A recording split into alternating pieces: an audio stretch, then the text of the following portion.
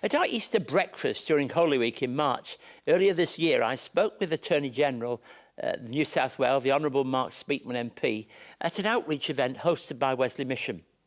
We saw the first part of that conversation last week, and today is a reminder of the conversation that continued following that and picks up some very interesting aspects. We left the conversation with Mark talking about honesty and integrity in the public eye. I also asked Mark about his Christian faith and the world of politics. Well, look, as C.S. Lewis said, Christianity can't be moderately important. It's either false, sort of no consequence, or it's true and it's fundamentally important.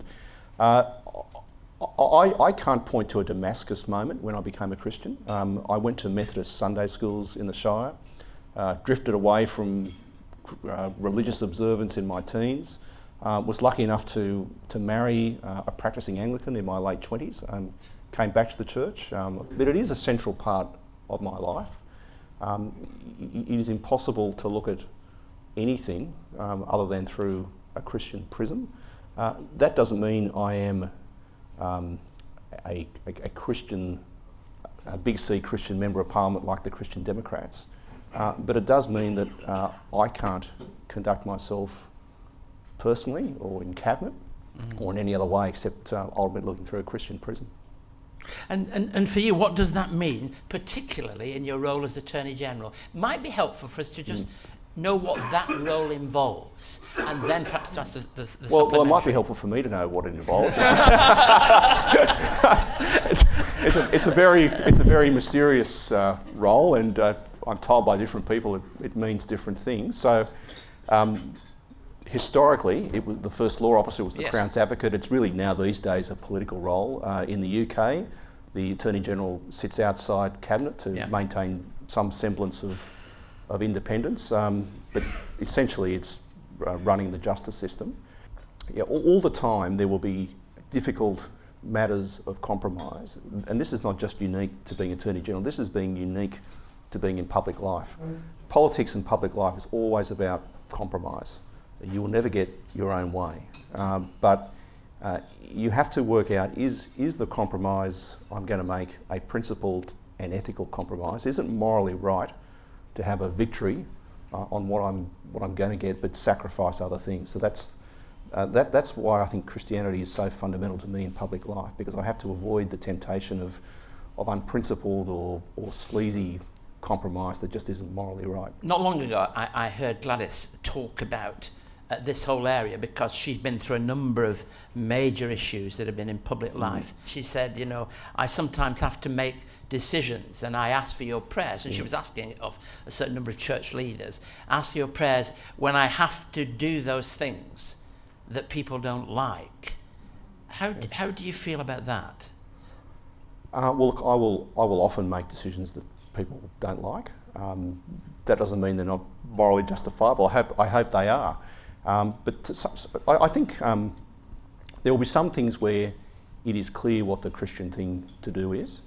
There will be others where Christians will disagree. And have different views. And different views. And Christianity is probably the moral framework in which you make decisions, but doesn't necessarily tell you what the right decision is. So you've had Glenn Stevens here before. Jesus was a great teacher, the Son of God, but didn't tell us whether interest rates should come up or down. So you're informed by that moral backdrop, but not necessarily pointed to particular outcomes. What about looking at the future? Some of the challenges that might exist. I look at your portfolio, but also that group that you have together and you have responsibility for, that has within it terrorism, a whole host of things that are very powerful, really, in terms of human relationships. What do you think the future holds, and what should we be concerned about? Listening to you this morning. In the general justice area. Well, look, part of my role as Attorney General is to make sure people have confidence in the justice system, and to make sure that where there's appropriate lack of confidence, the justice system adapts. You may not think this is the case when you look at the front page of newspapers or listen to talkback radio, but we have one of the strongest, fairest justice systems in the world. We are incredibly blessed. And it's part of my job to reassure people how lucky we are with hard-working judges, with our peers as jury people, reviewing cases before people go to jail, to just instill how lucky we are. And when we hear about cases where we think, oh, how did that person get off on that, and why is he out of prison? They're generally the exceptions to the rule. Overwhelmingly, we don't hear about the hundreds of thousands of cases that go through our courts every year where people have outcomes that everyone accepts are fair. Tell me about this week. This week is Holy Week. It really sits at the centre of the Christian faith, and I always like to ask a guest what this week means to them. And I wonder how you'd respond to that. What does this week mean to you? Well, look, it's the most important week on the Christian calendar, more important than Christmas. It's a time for reflection. It's a time for gratitude. One of the great things about the Christian faith in politics is I hope it keeps me with a bit of humility and a bit of consciousness about my own shortcomings.